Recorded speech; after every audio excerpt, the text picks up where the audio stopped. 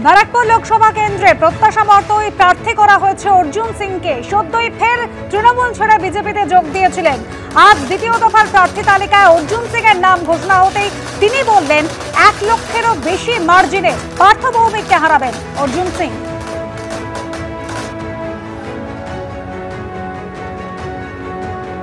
অবশেষে ব্যারাকপুর লোকসভা কেন্দ্রে বিজেপির প্রার্থী হয়েছেন অর্জুন সিং। প্রথমে আমি প্রধানমন্ত্রী মোদীজি, অমিত শাহজি, নাড্ডাজি, বঙ্গ বিজেপির সুকান্ত মজুমদার থেকে নিয়ে শুভেন্দু অধিকারী থেকে নিয়ে সমস্ত পার্টির যারা নেতৃত্ব, পার্টি কার্যকর্তা, ব্যারাকপুরে ভারতীয় জনতা পার্টি প্রেসিডেন্ট থেকে নিয়ে সমস্ত কার্যকর্তা, সমস্ত মোর্চার কার্যকর্তা, সবার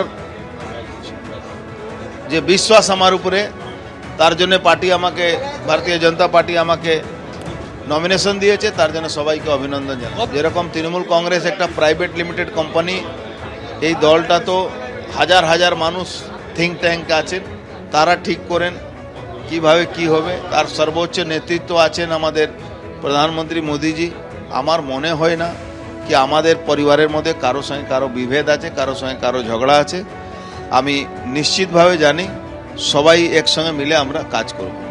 ব্যারাকপুরে মানুষের জন্য কিছু একটা অ্যাডজাস্টমেন্ট করেছিলাম, সেই অ্যাডজাস্টমেন্ট ব্যারাকপুরে মানুষ জানে।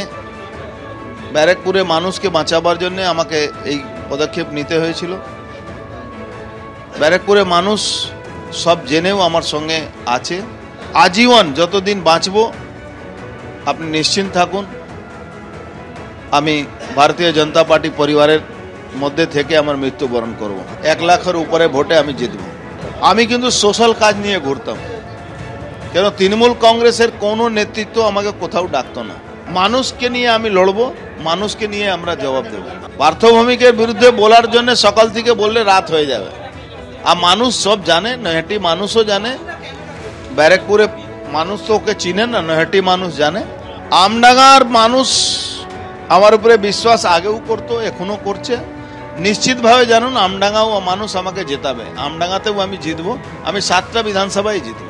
এখন সোশ্যাল মিডিয়া যুগ আছে, নানা রকম তথ্য নিয়ে আমাদের প্রচার করতে হয়, সেটা আমরা করব। সময় আসতে দিন, আস্তে আস্তে বলবো। প্রথম দফায় 20 এবং দ্বিতীয় দফায় 39টি লোকসভা কেন্দ্রের প্রার্থী তালিকা ঘোষণা করলো বিজেপি। বাংলার জন্য দ্বিতীয় দফার প্রার্থী তালিকা প্রকাশ।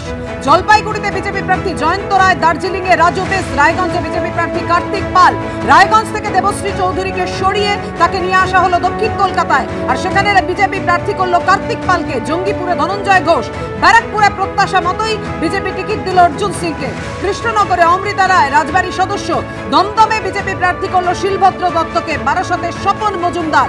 বসিরহাটে বিজেপি প্রার্থী রেখা পাত্র। সন্দেশখালী বাসিন্দাদের একাংশের অনুরোধে শুভেন্দু অধিকারী রেফারেন্সে অবশেষে বিজেপি প্রার্থী করলো রেখা পাত্রকে।